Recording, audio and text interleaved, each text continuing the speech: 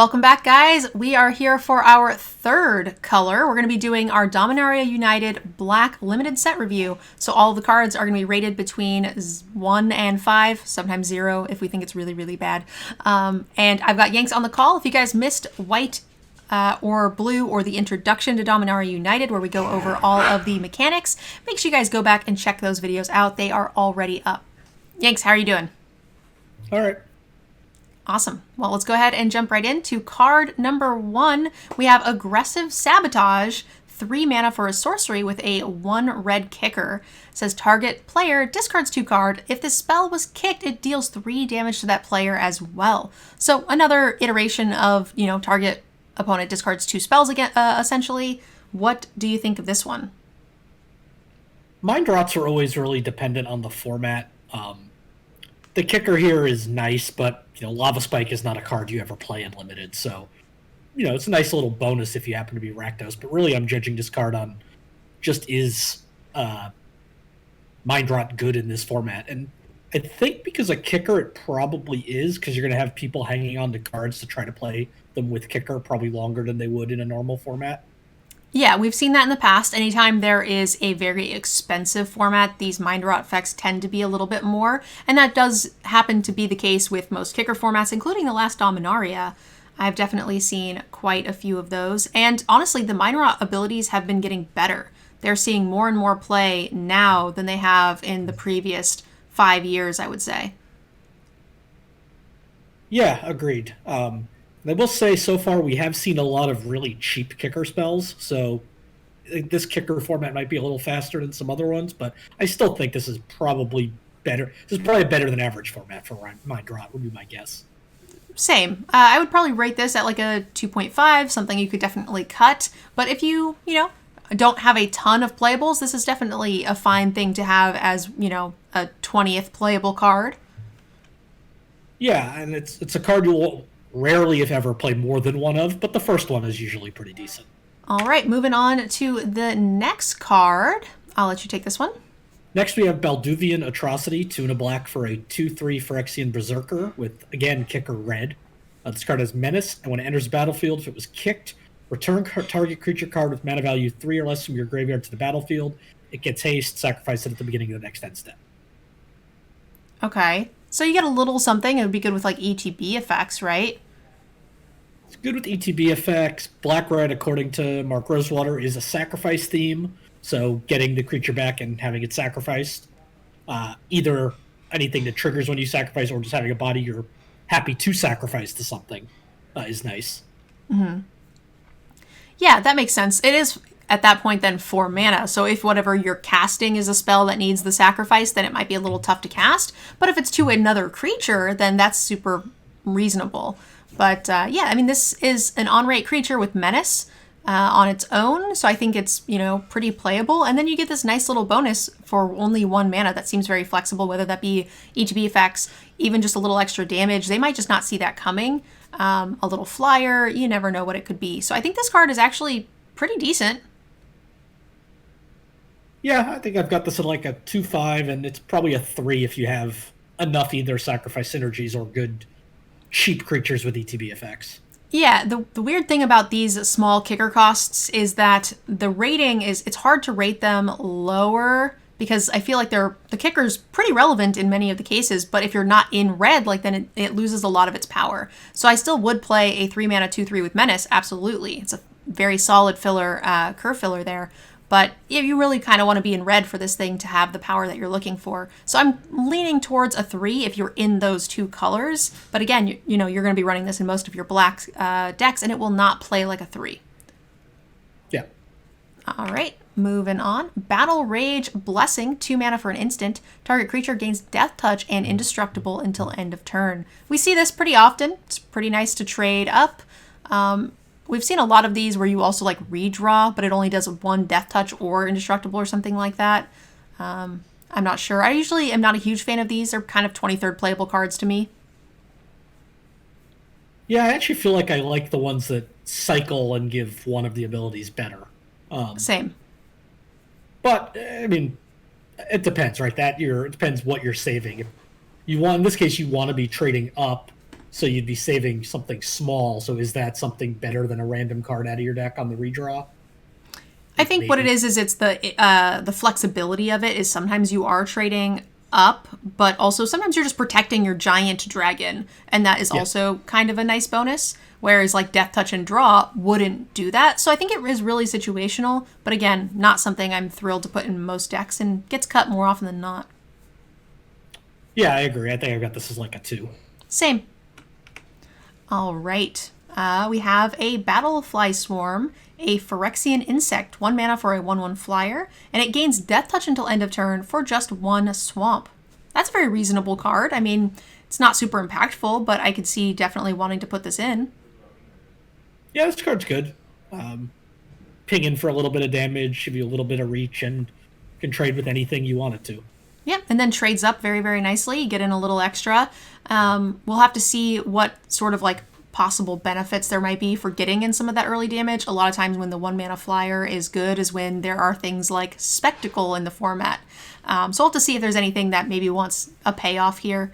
But what are you thinking score-wise? Maybe this is just a 2. Yeah, maybe a 2/5 actually, because it's a little better than filler. Yeah, I like it at like a 2/5 as well. Blight Pile, 2 mana for a Phyrexian 3/3, and then you can pay 3 mana, tap it. Each opponent loses X life, where X is the number of creatures with Defender you control.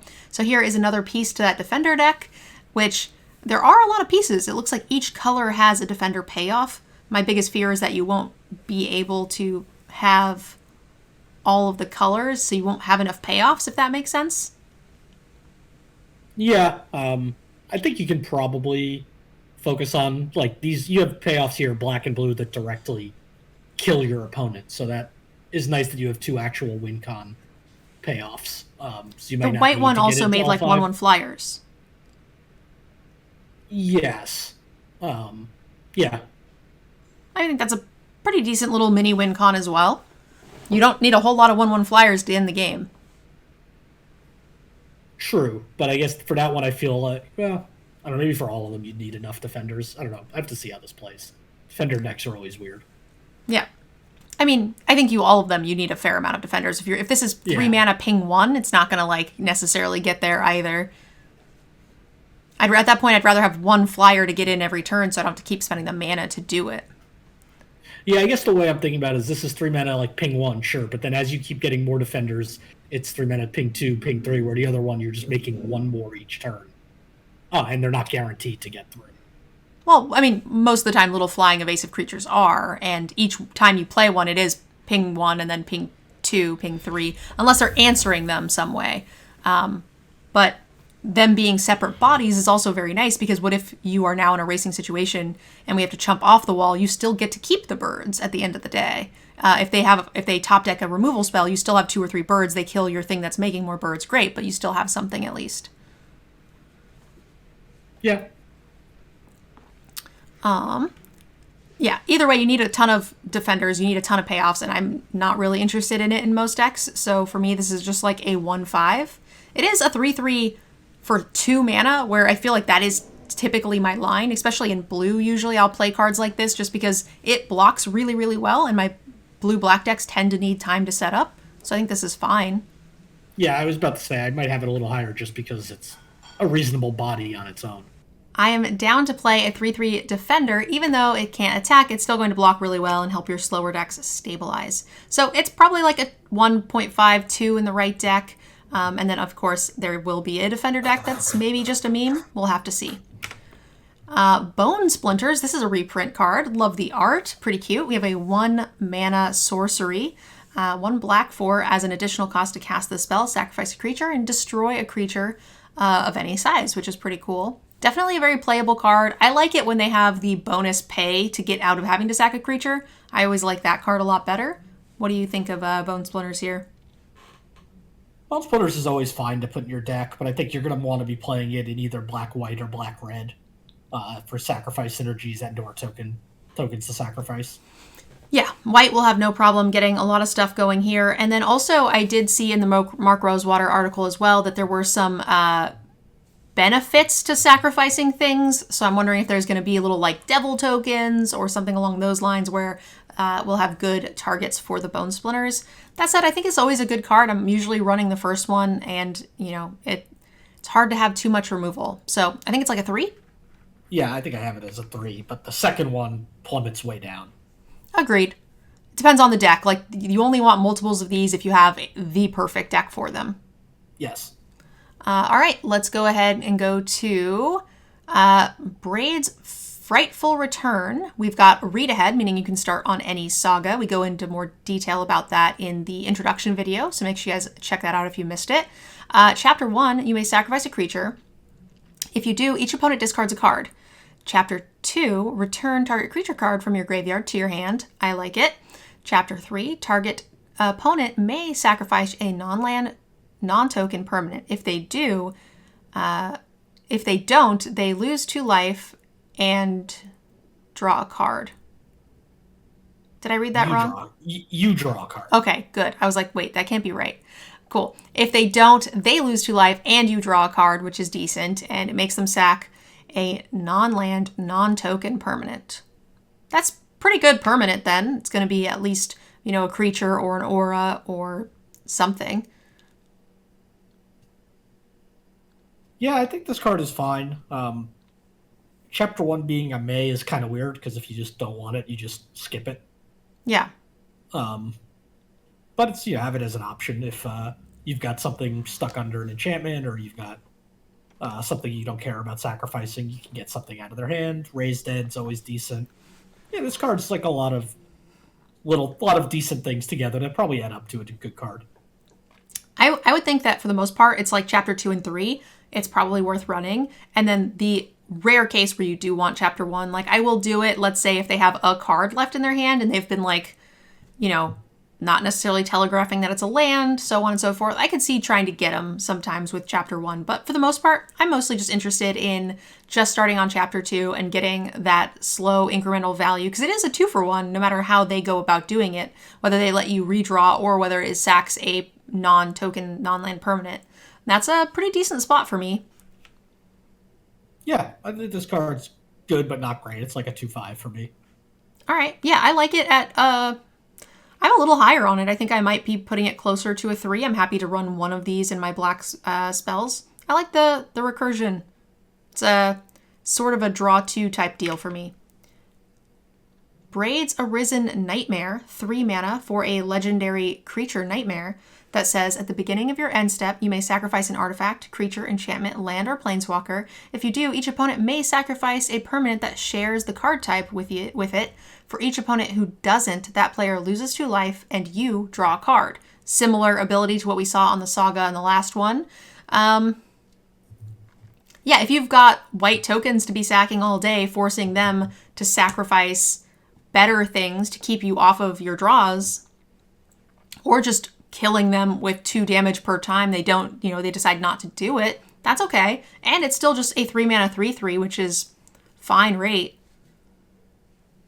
Yeah, I think this card's pretty good. You get some occasional chances where even if you're just ahead on land, you can sacrifice a land and try to make them and punish them that way if they're missing land drops. You can sacrifice some enchantment to maybe a saga that's not that great and force them to sacrifice their 1 removal enchantment, something like that. Yeah, it is a little bit of a build around. So I think in the average deck, it's going to play just like a 3.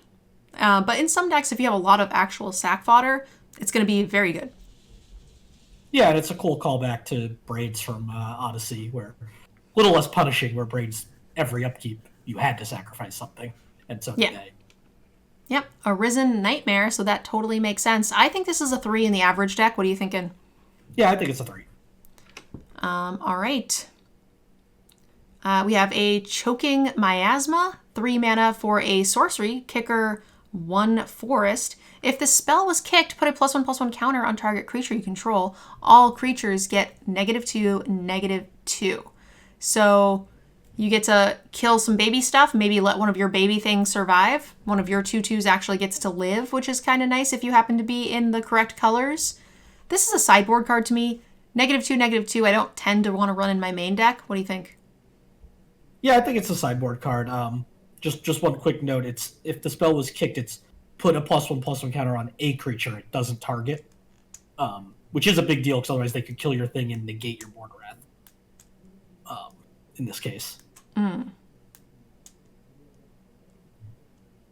I see. So it does it when it's resolving, and yeah, you just choose one when it resolves. Yep, that is important. I didn't even notice the difference. I did say a creature, but because the spell was in 2 separate like text lines, I assumed it was broken down separately. That's usually the way that works, is the way the formatting typically goes, right? Yeah, I mean, it's just generally if there's a spell that only has one target and that target's removed, the whole spell is countered. Yeah, and then what I'm saying is when that's the case, when that's not the case, they tend to break the 2 abilities down into separate little mini paragraphs. And typically when it is targeting something, it's read in one like consecutive text box, right?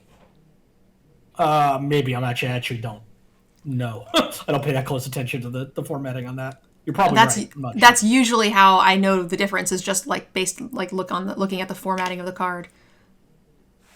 I think that card's fine. It's a sideboard card, but if it's also a 23rd playable card, most small board clears are. It's probably like a 1.5 for me. Definitely something to pick up for your sideboard.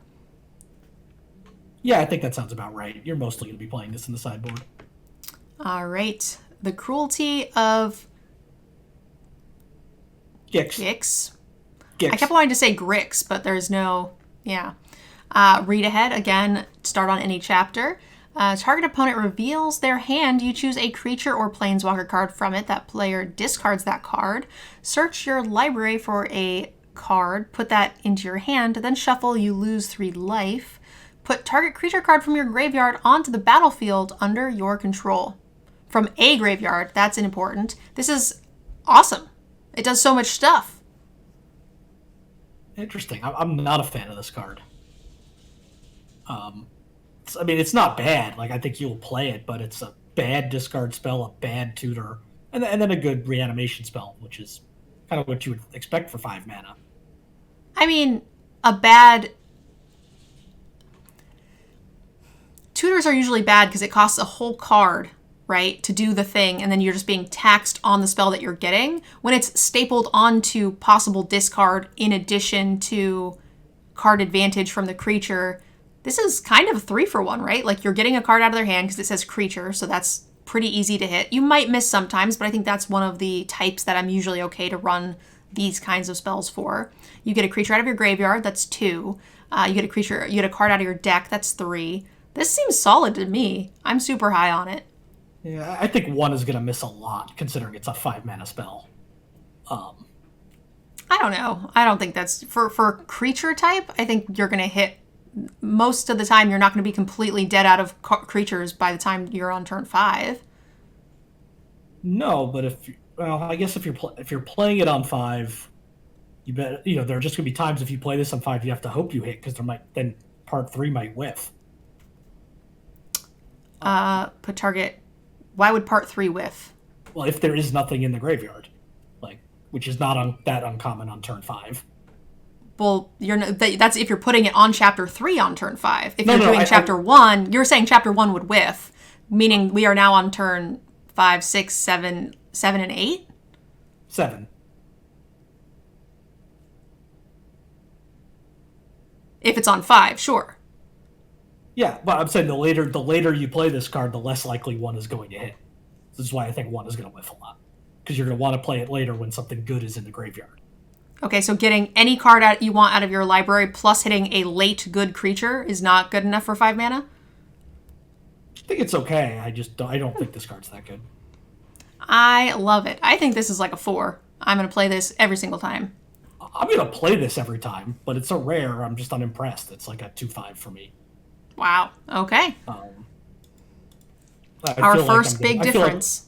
I feel like I'm going to be very disappointed often with this card. You are going to be very disappointed because you're going to repeatedly die to it, and it will be disappointing for you.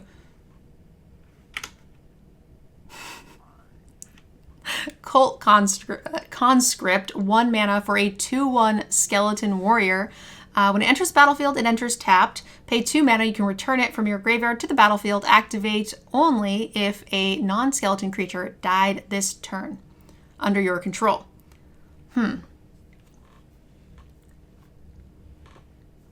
Yeah, just feels like kind of a little bit of an upgrade on your like those 2/1s that come into play tapped, or 2/2s you see sometimes that come tapped for 1. Um, but it's not great. Why is it an upgrade? Because you can get it back. Later on. Yeah, I feel like most of the time you can. I usually don't see a ton of like the 2/1s for 1. Like I guess they're usually rares. This one isn't uncommon. Rare. Yeah, but the ones that aren't rare tend to not come back. I don't usually see 1-drop 2/1s in black like that are uncommon at all. They're just usually just at the rare slot. And I mean, yeah, it got downgraded to a common, but I don't think we usually see ones that are even in the conversation to be played at that point, are we? Maybe in blue. Those are still 2/1s for 2, though.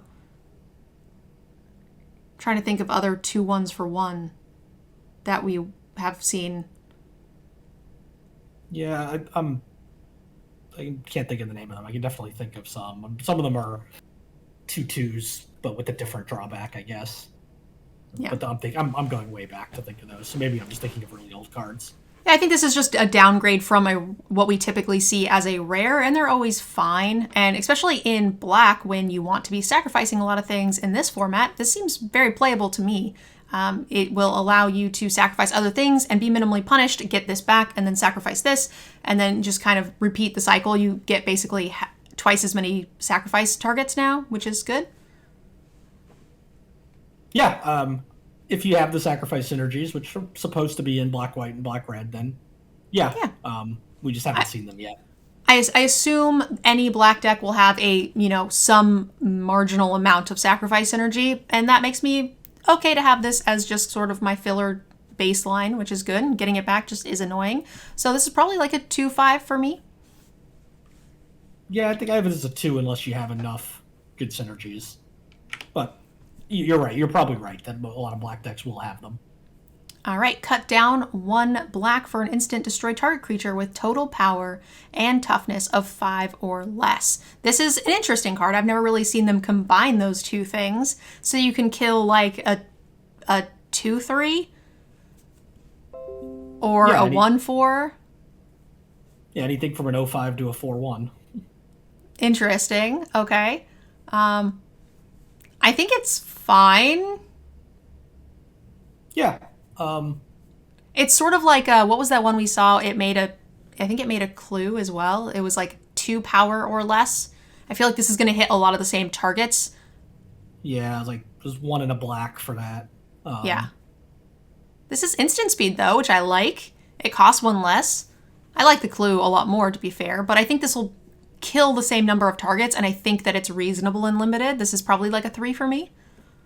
Yeah, I think this is a 3. I know this is a card people are excited about for Constructed, but Unlimited, it's probably about a 3. All right, Defiler of the Flesh. We've got our big black rare here. 2 black for a Phyrexian Horror with Menace. It's a 4/4 that makes your black spells possibly cost 1 less by turning 1 black pip into a Phyrexian mana. And whenever you cast a black permanent spell, target creature you control gets +1/+1 and gains Menace until end of turn. This is the weakest of the Defilers I've seen so far. Yes, definitely. I mean, stat line and Menace is fine for 4 mana. It's good. You're playing it. It's still very powerful creature. But, like, the ability and the effect that it has is the weakest we've seen, right? Yeah, and I don't think it's particularly close. It's way worse than both the blue and white ones. And the green. We haven't gotten there yet, but I know I've seen it, and it's very good. It's true. We talked about it in the intro. Yeah, video. That's why. That's right, yeah. So, I mean, this is still a strong card. I mean, it's still probably giving your other creatures Menace and stuff is pretty strong, so it's still going to be like a 4, 5 sometimes if they can't remove it. It'll get the job done, but it is not going to overwhelm them like some of the other ones. Yeah, I think it's like a 4. All right. Drag to the bottom, we have a 4 mana sorcery with Domain.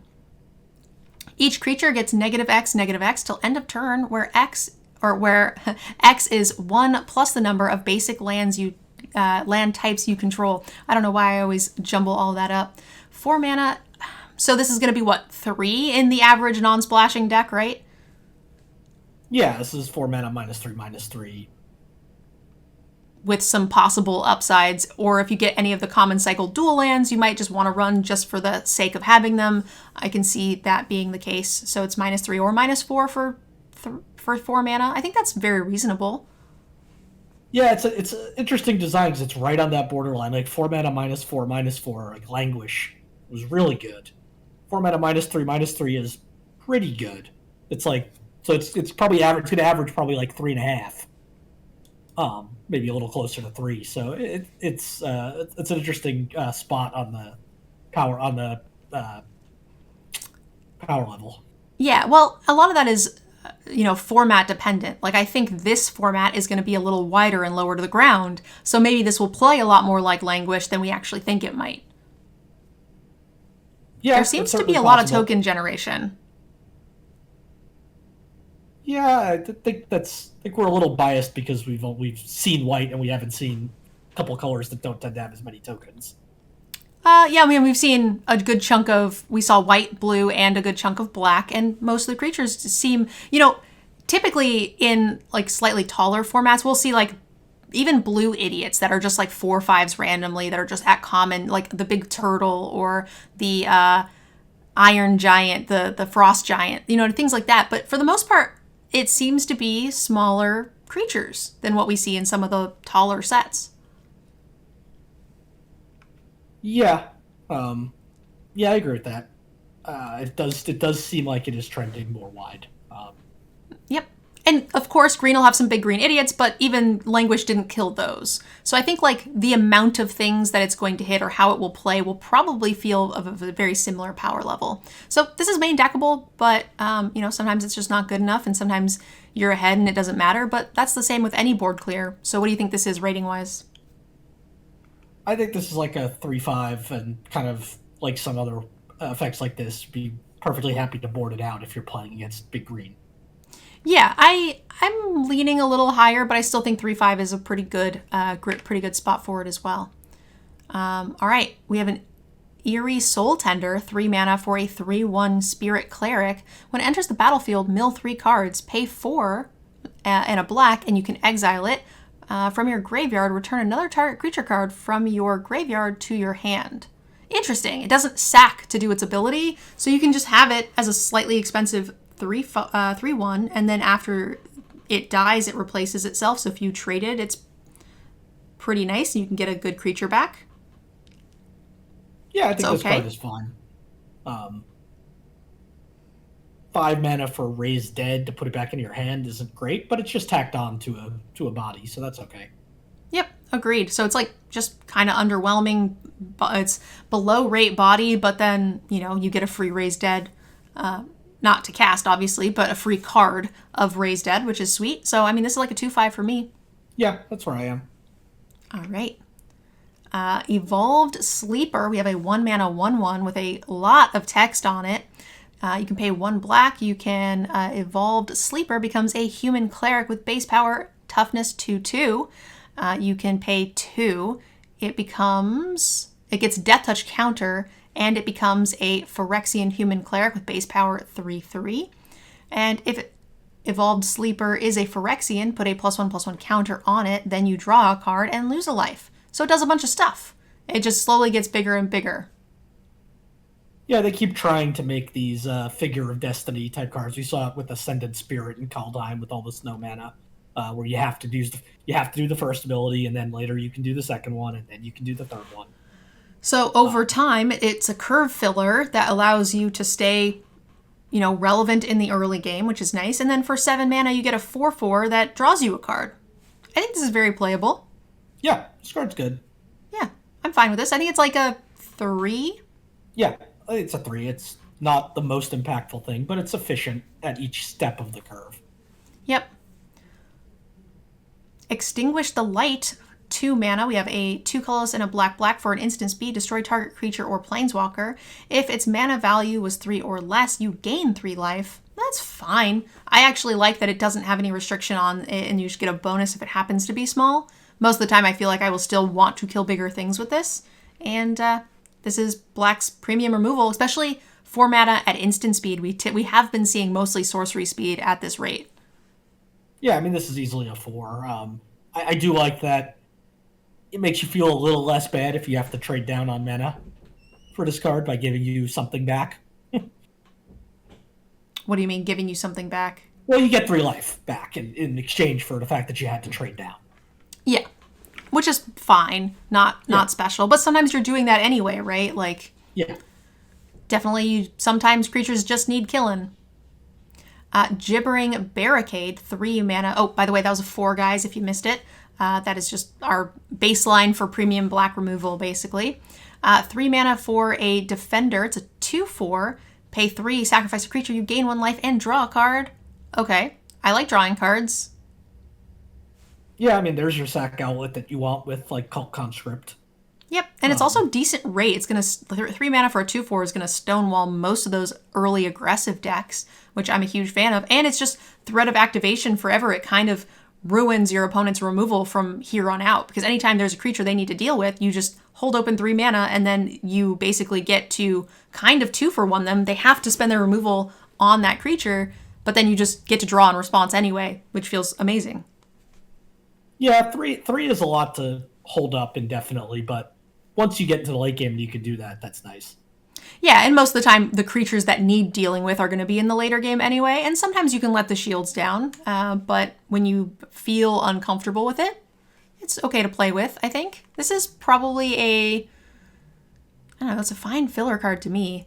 I feel like, you know that Kamigawa 1-drop that was a 1/2 that had the similar ability? Yeah. That it punched above its weight class, I think, and I think will do the same. Yeah, I still probably am just putting this as like a 2 unless you're in the Defender deck.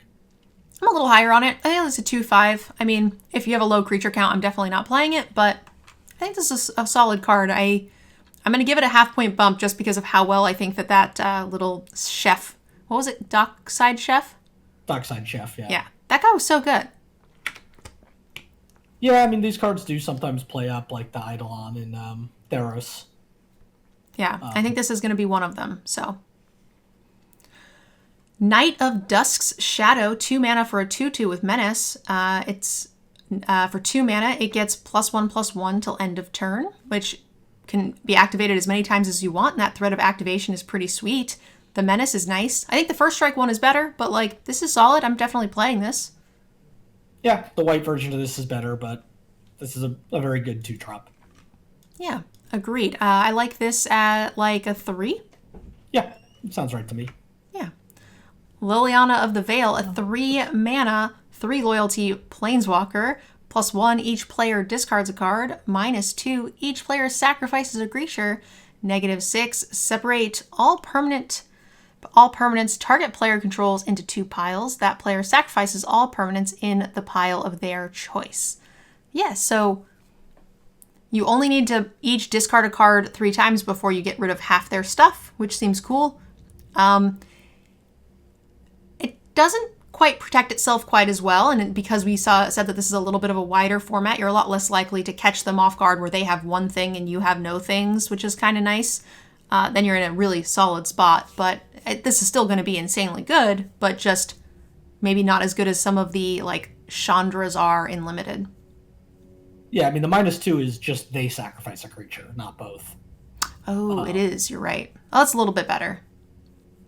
That's a lot better. Said, like, people kind of freaked out when this got spoiled. No, again, a lot of that's for constructed, but I don't think Liliana's that good in Limited. Yeah, I think she's fine. She's going to play very well. Target player sacrifices a creature. I don't know why I misread that, because the first one says each, so I just kind of kept the theme going.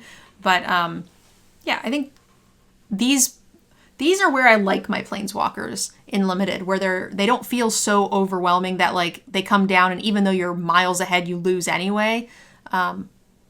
This one feels like you can kind of fight through sometimes, but it is very good. I think this is like a 4. Yeah, see, the thing with planeswalkers for me is that generally the game turns into kill the planeswalker, and unless she's about to ultimate, this doesn't necessarily scream you must kill me.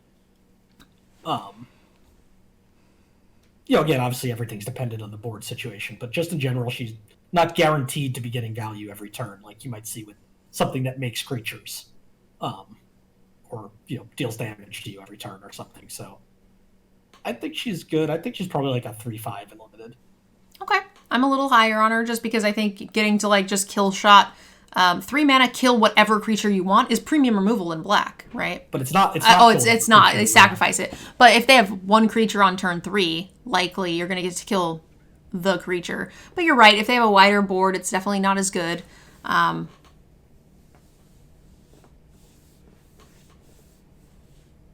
don't know.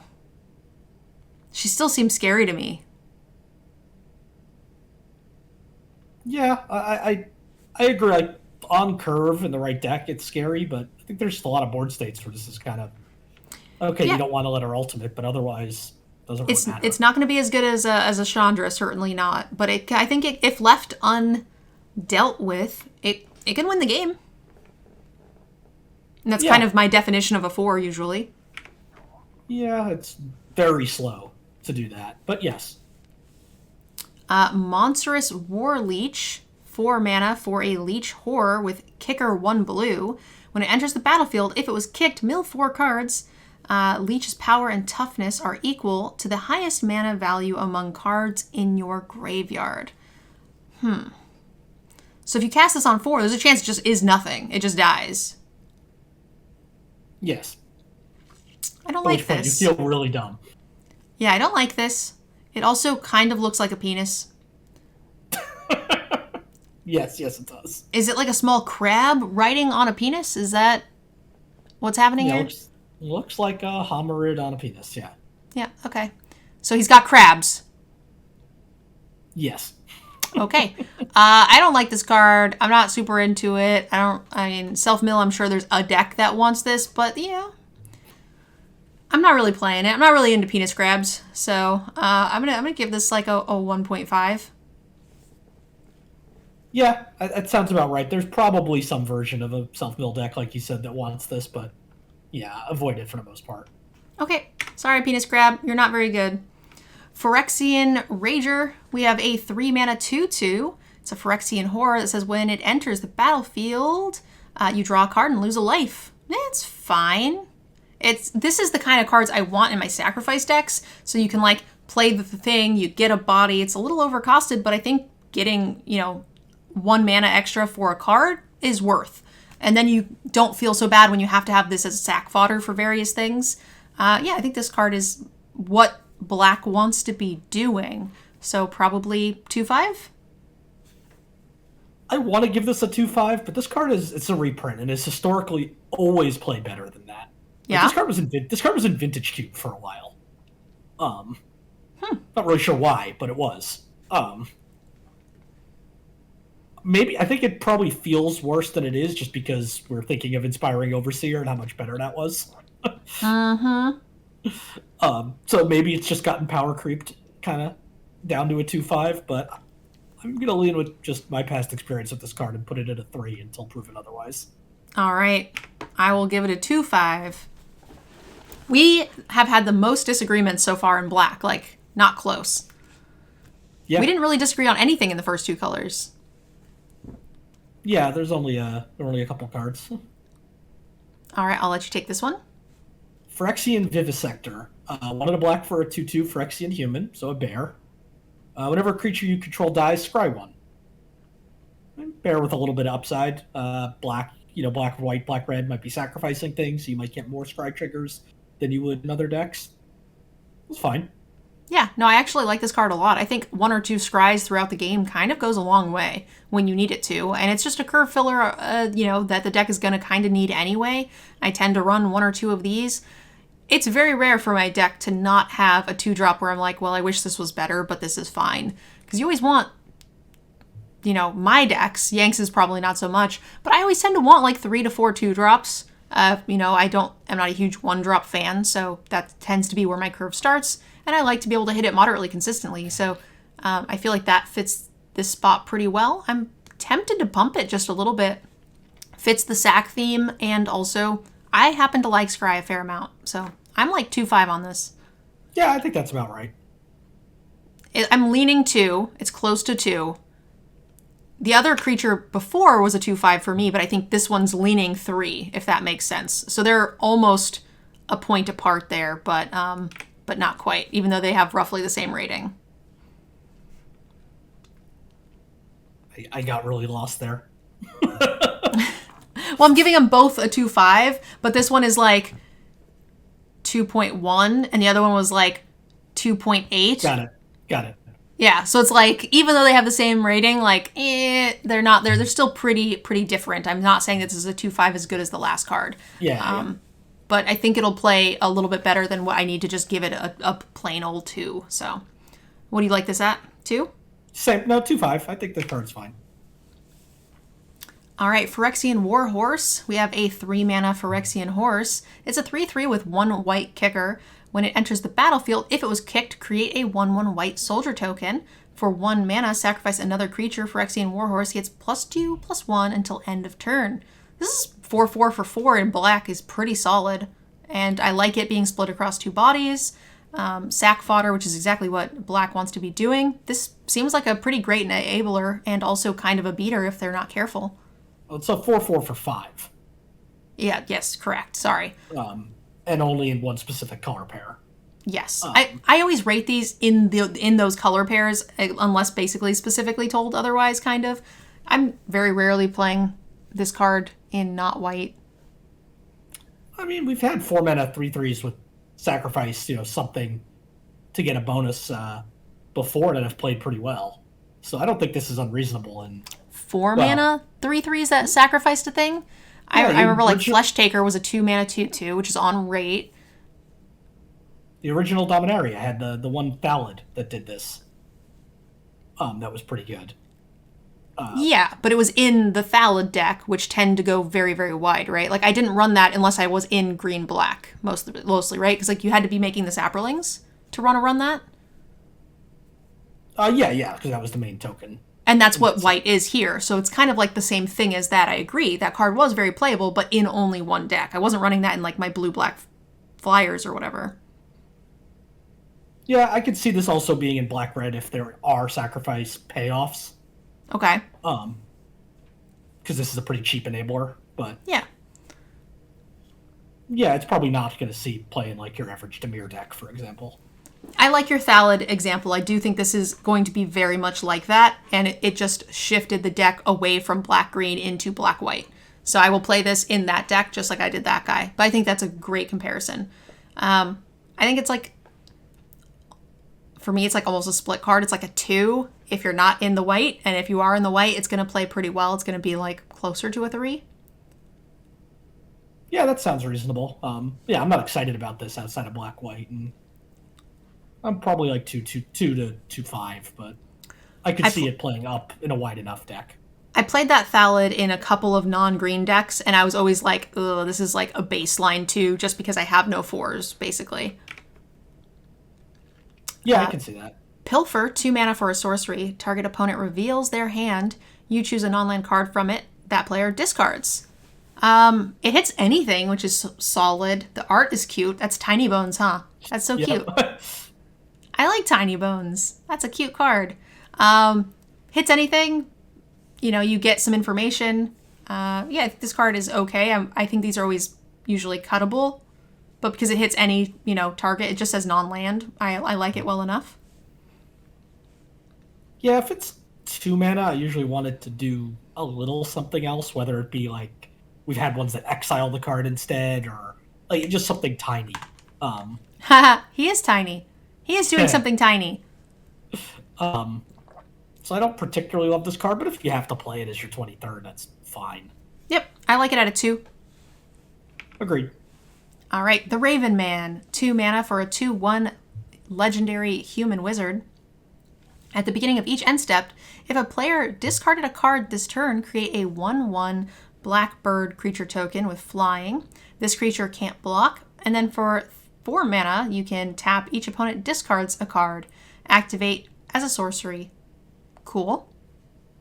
It's a little expensive, but it's like a curve filler. It's like a 2 mana 2/1, which is eh. And then other cards might enable it as well, and you don't actually have to pay the full 4 cost. But man, you can like ravage somebody's hand like this. Yeah, I mean, you only need to get 1 token out of this to be pretty happy. I wonder, is this also the first time we've ever seen a black bird token? Maybe. I feel like we've seen blue and white ones, but I don't think we've ever had a black one. Yeah, that's pretty cool. It's a cool little Raven synergy there. I like it. I think this card is good. It's not going to win the game on its own, but it is a pretty snowbally card. I would say this is a 3/5 for me. I think it's a 3/5, and it becomes a 4 if the tokens have flavor text that just says nevermore.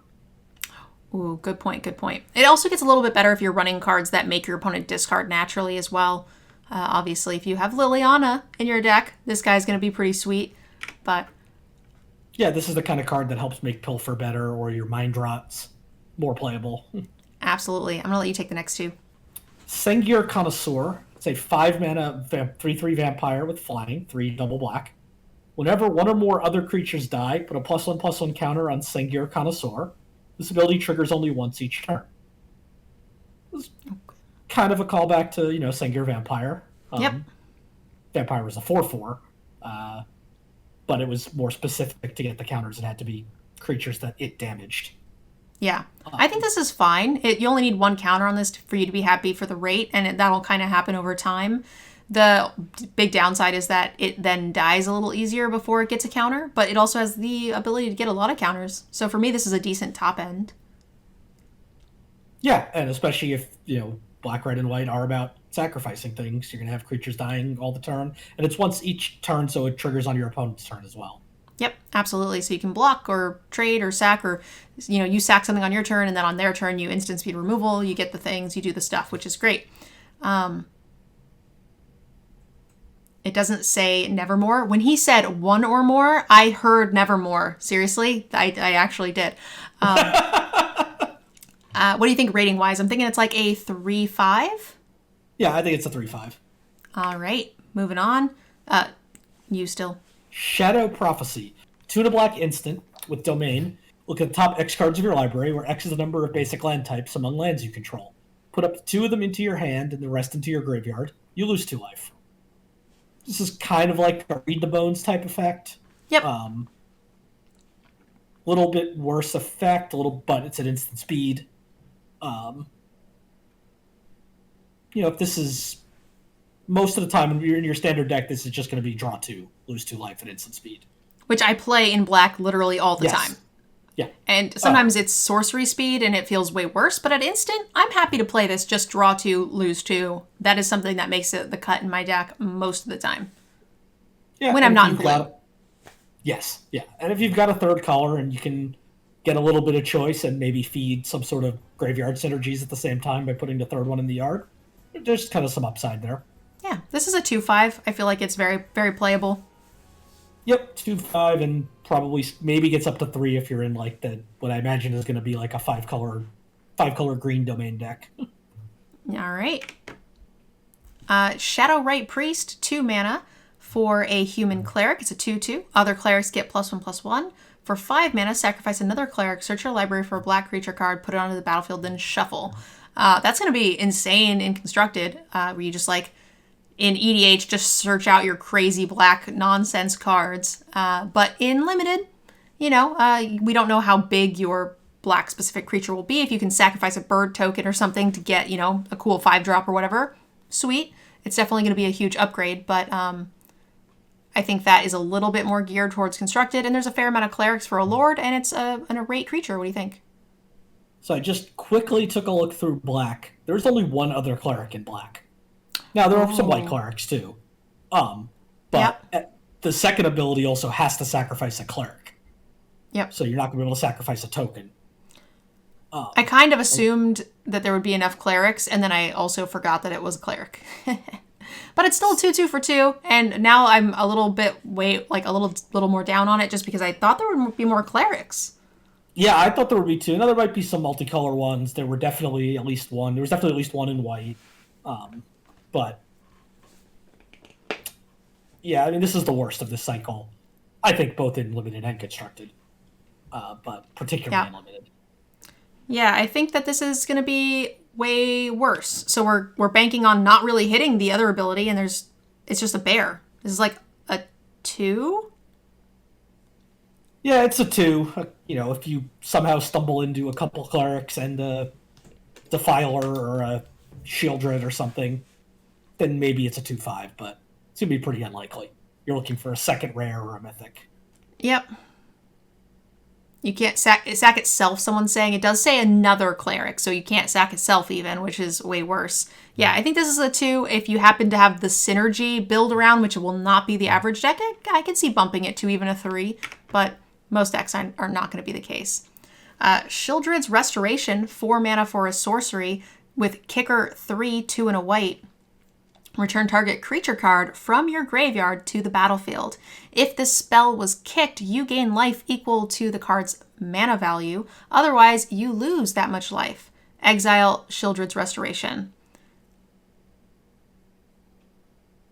Okay, I don't mind this card. 4 mana is a little better than what we usually have to pay for this. Usually it's been 5 lately. Yeah, but you didn't have to lose a bunch of life. True. If you get like a 6/6 back, then you're just like losing how much? You just lose like 4 to 6 life. That's a lot. I think in a lot of cases, I might prefer to pay the 1 extra mana. Yeah, it's going to be context dependent. But yes, the life will matter, especially if you're getting something big, which is what you want. And if it's something big that's in the graveyard, you had to have gone, past turn 5 anyway, usually to play it for that thing to die and hit the graveyard, unless you have some very insane self-mill synergies. I think more often than not, I'm pretty happy to pay the extra here. But if you happen to be in white and you can kick it and just gain 6, that's pretty dope. Yeah. So these are very specific. You have to have good things you want to play, and you typically have to have more than one of them. So for me, this is a 2. Yeah, I think for me it's a 2/5. Like I'm going to play it more often than not, I think. Okay. But yeah, it's not amazing. All right. Shieldred the Apocalypse, 4 mana for a 4/5 legendary Phyrexian Praetor with Death Touch. Whenever you draw a card, you gain 2. Whenever your opponent draws, they lose 2. I love it. It's great. It's a 4/5. Literally, It's a 4/5 and it's a 4/5. Yeah, this card's great. I always have to do a double take when I see Death Touch on a big thing. And yes, I know double blocking matters, but who cares? The other parts of the card are fantastic on their own. Yep. So my definition of a 5, guys, is basically the things that when they come down, they kind of win you the game no matter what. The dragons, when they die, they do something, right? They leave you better off than when you started, and it ate their premium removal spell and left you in a better spot. If this comes down and they just have the answer, then okay, fine. Then you don't win the game. But if this is left on the field and it can win the game, then it's a 4/5. Splatter Goblin. Oh my gosh, one of my favorite cards that I refuse to remove from my Legacy Goblins deck because it's amazing, even though it's not very good, is Goblin Grenade. Oh, yeah. And I have the art where he's got the, brick of dynamite in his mouth, and he's, being catapulted over the wall. That's in my Legacy Goblins deck. Do not care if it is not good. I love that card, and will play it forever. And I just like this little Splatter Goblin. It's so cute. You should put Fodder Cannon in that deck. It is the best Goblin-esque flavor text, where it's like, step 1, put your cousin in the cannon. Step 2, fire. Step 3, find another cousin. Love it. 2 mana for a Phyrexian Goblin. When it dies, target creature an opponent controls get -1/-1 until end of turn, and it's a 2/1. Sometimes the -1/-1 isn't great, and now I'm really spoiled since we had that spirity guy that also made a treasure, or, you could do one of the two. I'm spoiled now, so now I don't like this ability that much, but it's fine. Yeah, I like this ability way more when it's on a 1 mana 1/1. For some reason, but I will say there's been an abnormal amount of 2/1s, a lot of 3/1s still, and there's a lot of create tokens, right? Little 1/1 soldiers all over the place. So it's a lot more likely to hit something in this format than it is typically, and it's just a fine filler. I think you can get a 2-for-1, 1-for-1 out of this more often than not, because it'll be like trading with the card and the token it made, kind of. So I think it'll play a little bit better. It's probably closer to a 2/5, but I wish it could make a treasure instead. I'm spoiled now. Yeah, 2/5 is fine. All right, moving on. Stronghold Arena, 2 mana for a colorless and a black and a green and or a white. When it enters the battlefield, you gain 3 life for each time it was kicked, so you can gain up to 6. Whenever one or more creatures you control deals combat damage to a player, you may reveal a top card of your library and put it into your hand. If you do, you lose life equal to its mana value. So I like that it's a may, so you don't have to, so you can put cheap stuff in there. And also, it's got a little built-in cushion because you can gain 6 life, possibly. But I'm going to say you're probably only gaining 3. Let's just say it's in a 2-color deck. You're one of these colors. That's great. If you're on the play, it's pretty cool because you can go like 2-drop. And then if they don't have a 2-drop, if they miss, then you can just start getting free cards, which feels really good. Yeah, now you do have to make the choice before you see the card. Because you may reveal the top card, so if you choose to reveal it, you have to put it into your hand, whatever it ends up being. So it's not as good as like the Sorin. Yes. It's Dark Confidant with a May option. Yeah. Yeah, I mean, Dark Confidant's great. This doesn't have a body, but it's harder to get rid of and has a May option and can gain you some life. Yeah, my bigger concern too is like, what if you're just behind on board and this is just like a do nothing? It's kind of a snowbally card. You kind of need to already be in a decent position. You need to be having some flyers, which in white you might, but blue-black would be where I would expect to see this kind of ability really pay off, which isn't associated with the kicker cost. But yeah, if I have like low cost, I'm hesitant to do this in black-green when you have like big monsters. Yeah, you either need to be ahead or you need to be playing this on curve and using it to get ahead. Mm-hmm. But also just in like a big board stall where maybe you've got like a bird poking in. Yeah. It'll help you accelerate and get some advantage there. So I like this more if you have any sort of evasive creatures or if you have a very cheap low to the ground deck. Then I feel a lot better about this. So I'm going to say it's probably going to, it's going to play very wildly different, right? Sometimes it'll be absolutely crap and do nothing for you, and sometimes it's just going to be a 4 that just snowballs you straight to the victory. So I'm just going to say it's like a 3. Yeah, it's going to be a 4 on the battlefield or a 1 stuck in your hand. Yep. I mean, it could just be a 1 on the battlefield, too, if you're just behind and you're just like, oh, I wish this was like a 2-2. Well, that's not just mean you'd probably just keep it in your hand. Yep. All right. Tattered Apparition. We have a 4 mana flying 2/2, and for 2 mana it gets +1/+1 till end of turn. It's been a while since we've seen these sort of little pump shades. We used to get them a ton, especially in the core sets. There was always these guys. I haven't seen them in a while, but yeah, I mean, it's evasive. It triggers our arena from the last time, which is cool. But it's a little expensive. I don't like dumping that much mana every turn into this. Yeah, I mean, this is... we're back on Dominaria, so we get a pump shade. The last one I can remember was the triple black one from Dominaria. The rare. Nice. These cards are always, slightly overcosted. It feels like, both in mana cost and the ability, but they're just late-game mana dumps. Which I'm fine to play one of, especially if I don't have anything else to do in the late game with excess mana. Yeah. But that said, I'm never usually happy with where they are in the curve and how they play out, so I'm probably still putting this at a 2 or a 2/5. Yeah, 4 is a pretty awkward spot. Usually, that to me at least feels like the spot in the curve you get gummed up on the most. Same. Yeah. I don't tend to hurt for 4 drops. Yeah. So... yeah, I think it's probably a 2. If you don't have... somehow you're going to draft and you don't have 4s, it's fine. Yep. It'll do the job. Toxic Abomination, 2 mana for a 3/2. When it enters the battlefield, you lose 2 life. I mean, it's well above rate. My bigger concern is that it still will just trade with their 2/2 regardless. I would be a little bit more happy with this if this was a 2/3. If that makes sense.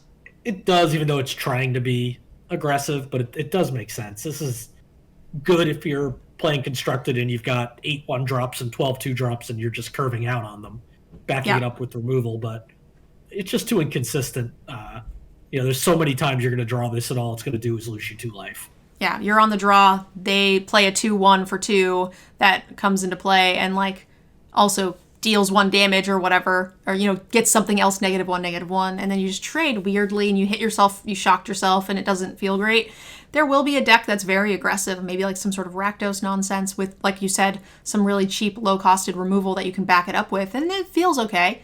But the average deck, I would much rather this be a 2/3, I think. Yeah. So probably a 2, unless you're in the aggressive deck, it'll play closer to a 3. Yeah, it's also actually, I guess it's not terrible in like your blue-black control just because it can trade up with like a 3 or 4-drop on defense. Okay. But like it's weirdly costed that it's trying to be aggressive, but it's a better blocker. Yep. Tribute to Urborg.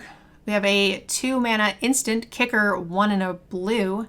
Target creature gets -2/-2 until end of turn. If the spell was kicked, that creature gets an additional -1/-1 until end of turn for each instant or sorcery card in your graveyard.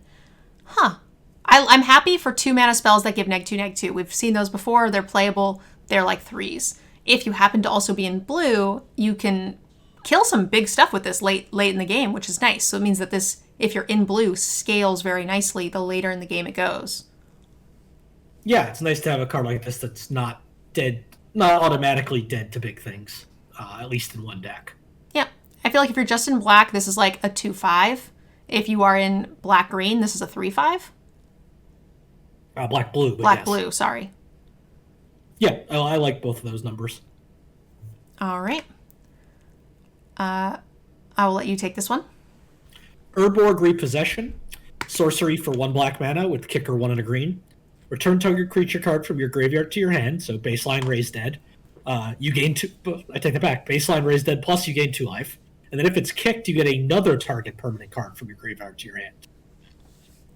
And this card's pretty good, actually. This makes sense. We've seen a lot of cards that are 4/3 mana allow you to get 2 creatures. Or it was like Crawl from the Grave that had flashback, right? You could get 1 for 1, and then you kicked it for another 3 or 4, and you got another 1. So this is about the same cost that we would expect. It does kind of hold you into 2 colors. So this is one of those ones where I think that if I'm not in green, I'm not really looking at this. But if I am, then great. Yeah, I've occasionally played Raise Dead as a 23rd card, especially if I've got a couple bombs. And this time I just get 2 life as well. Okay. Yeah, sure. This is the only reason I'm playing this is if I have like 2 game-winning bombs, and I would like a 3rd, basically. I think that's the only way. I'm playing it in black, but with black-green, I might play it in other decks too. Yeah, that's what I was saying. If we're Gotcha. Originally, I was saying I'm only looking to play this if I'm in both colors, and you were saying you would play it in any black deck if you had bombs, which I would require 2 of to then play. But in the average deck without those game-winning bombs, I'm going to want to be in green. So this is like a 1.5 without green minus bombs.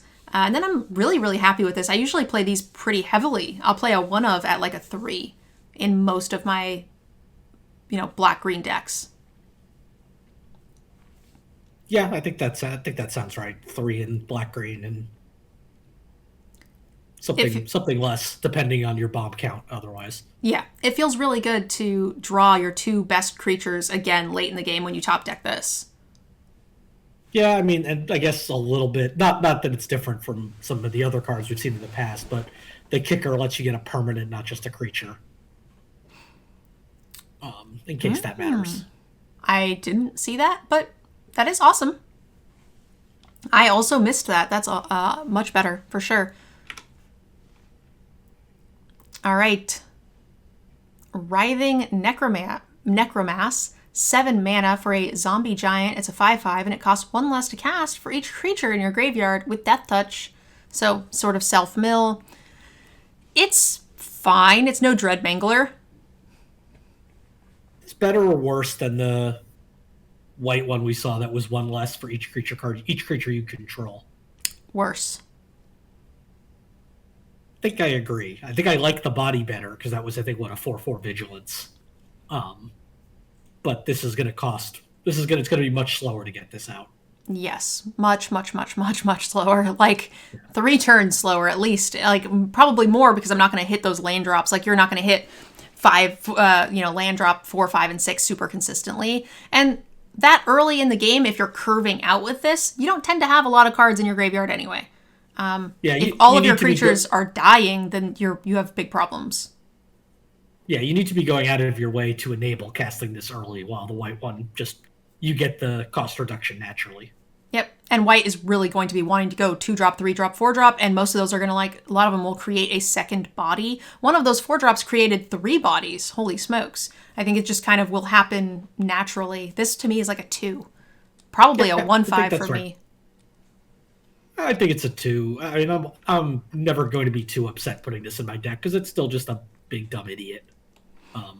That later in the game I'll be able to cast for 5 mana for a 5/5 Death Touch, which is fine. Not exciting, but fine.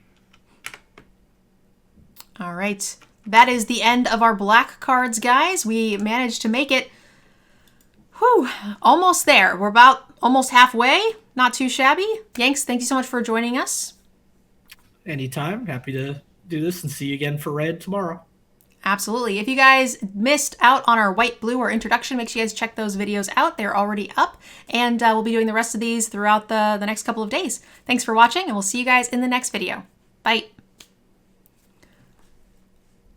Man, I shouldn't do these. I'd like to end this video with a special thank you to those of you guys who have signed up for my Patreon. Without my wonderful patrons, none of this content would be possible. If you'd like to support this content and get your name up on the Wall of Fame, you can sign up for our Patreon by using the link down below in the description. Another way you can support the channel is by using code MNG5 with Cool Stuff Inc., where you can find cool stuff in stock. They have everything you need for Magic, board games, and any of your other nerdy hobbies.